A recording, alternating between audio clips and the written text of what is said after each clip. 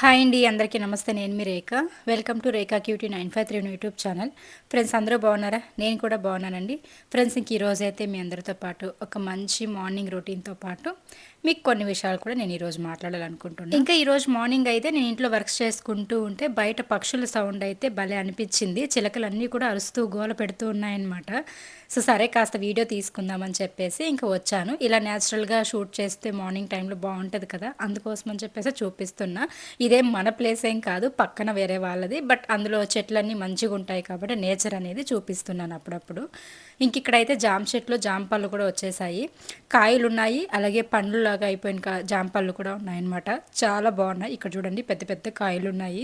So నాకైతే అందేలాగుంటే మంచిగా కోసుకొని చెట్టంతా ఖాళీ చేసి తినేసేదాన్ని. కాకపోతే అవి అందవన్నమాట మనకి. అండ్ ఇంకా దానిమ్మ చెట్లు, ఇంకా చాలా ఫ్రూట్స్ సంబంధించిన చెట్లన్నీ కూడా ఉన్నాయి. సో అలా కాసేపు ప్రకృతిని, నేచర్ని ఎంజాయ్ చేసుకొని నేనైతే ఇంకా వంట రూమ్లోకి వచ్చేసాను.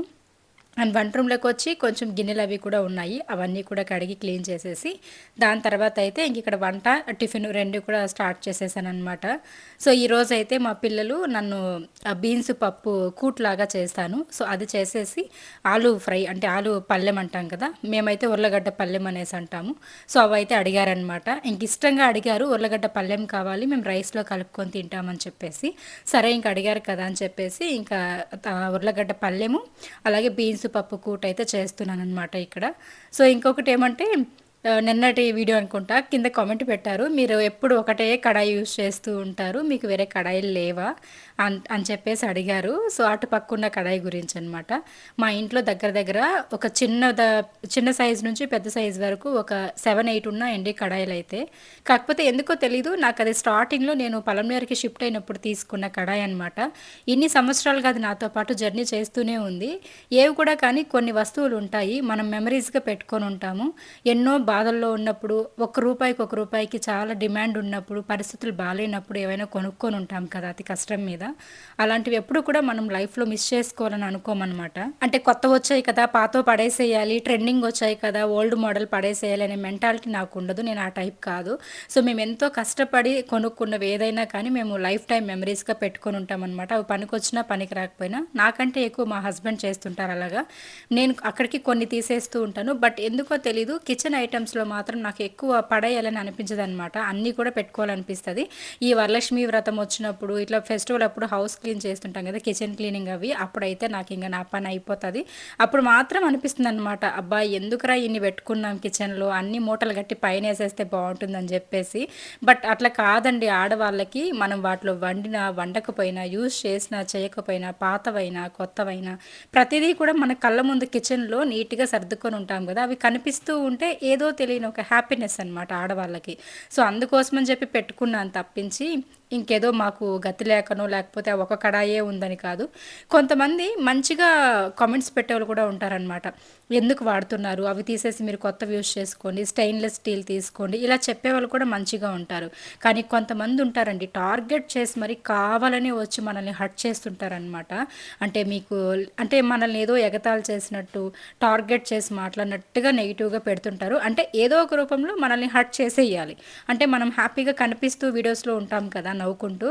సో మనం పడే బాధలు, మన కష్టాలు, మన ప్రాబ్లమ్స్, మన ఏడుపులు ఎవ్వరికి కనిపించవు.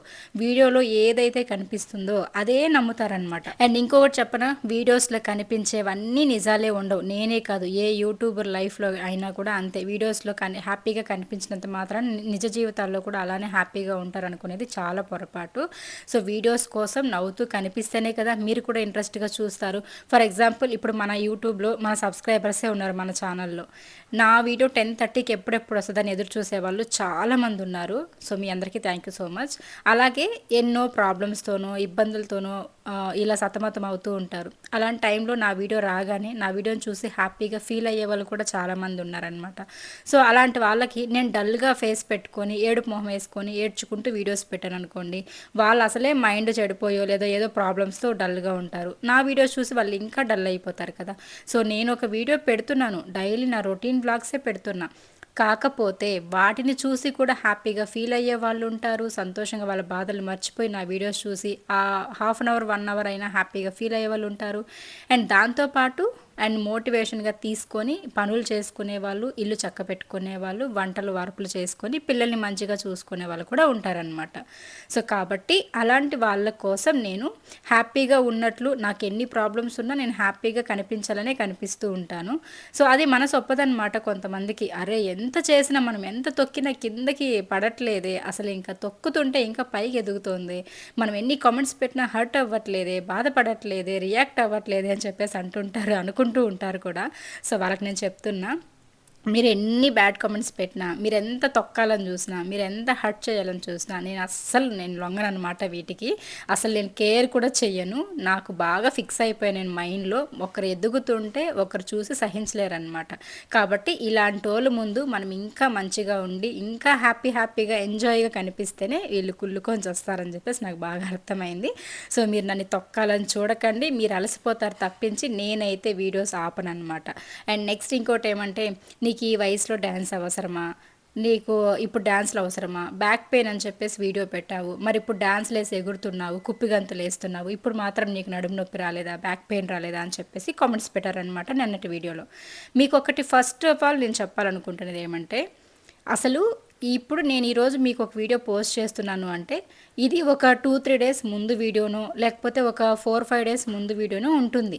అప్పటికప్పుడు వీడియో షూట్ చేసి అయితే నేను మీకు ఎడిటింగ్ చేసి నేను పెట్టలేను. ఎందుకంటే నాది మార్నింగ్ 10:30కి లాంగ్ వీడియో వస్తుంది. సో నేను మార్నింగ్ నుంచి చేసిన పని 10:30 లోపల ఎడిటింగ్ చేసి నేను ఎలా పెట్టేస్తాను చెప్పండి.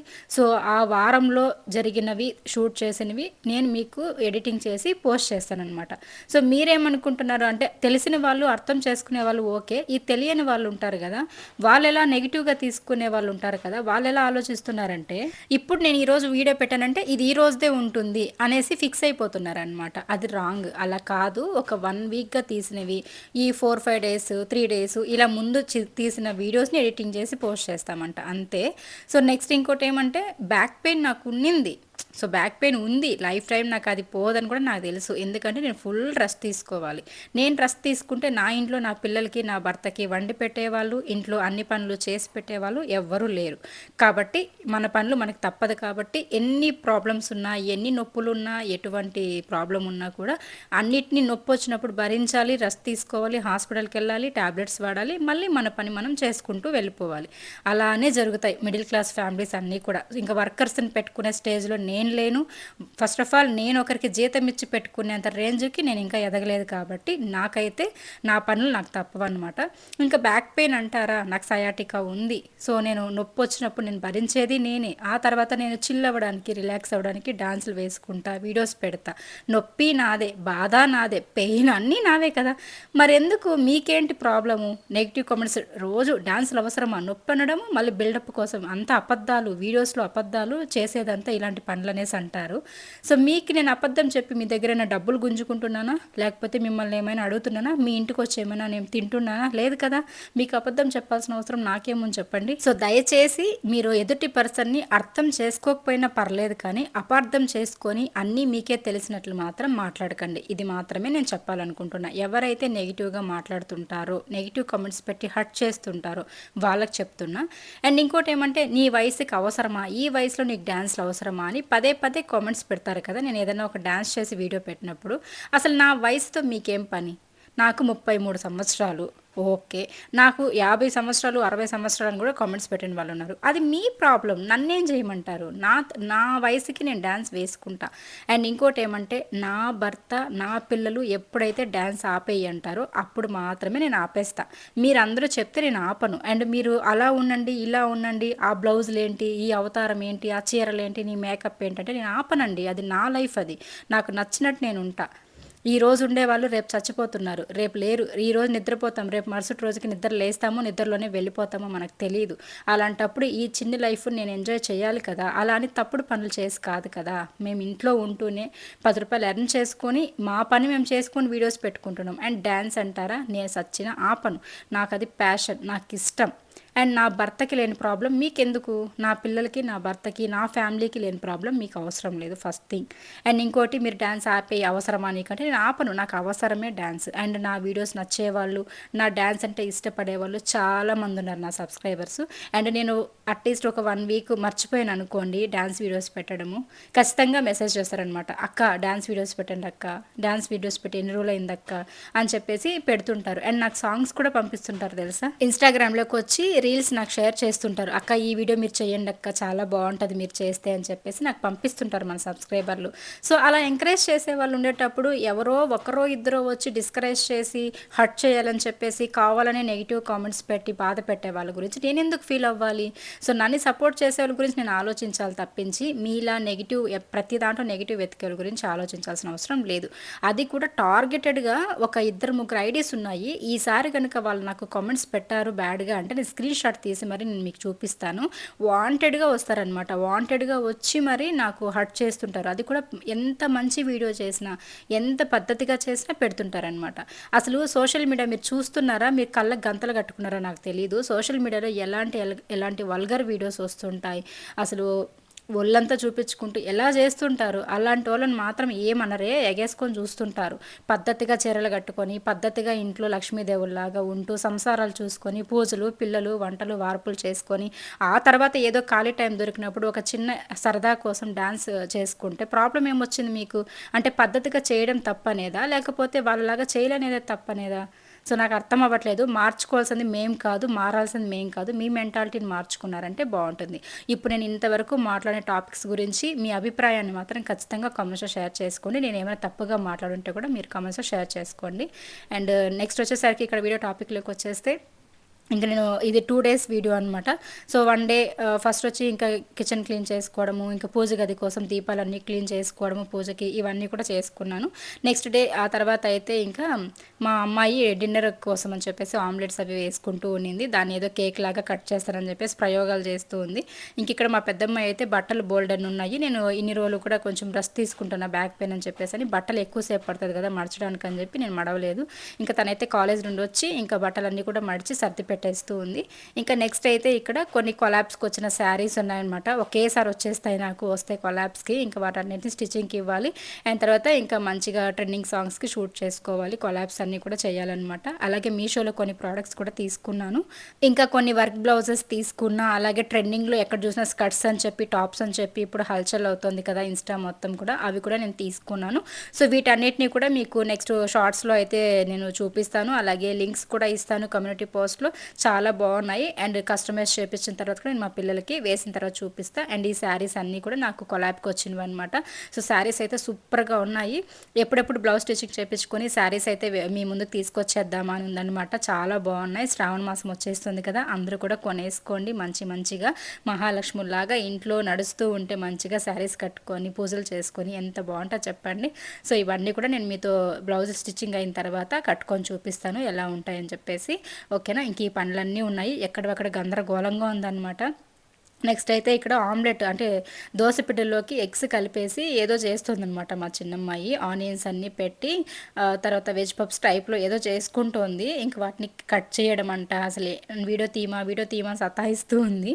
సో ఏదో ఒకటి తీస్తానులే, నేను ఏదో ఒకటి అంటారులే వాళ్ళని చెప్పేసి ఇంక అంటున్నా. అంటే అన్నీలేమా, మనం ఏం చేసినా అంటారులే అని చెప్పి. నిజంగానే మా పిల్లలు చాలా ఫిక్స్ అయిపోయారండి మైండ్లో. మనం ఏం చేసినా ఏదో ఒకటి అంటూ ఉంటారులేమో, మన పని మనం చేసుకొని వెళ్తూ ఉంటే చాలు కానీ నాకే చెప్పిస్తుంటారనమాట నిజంగా.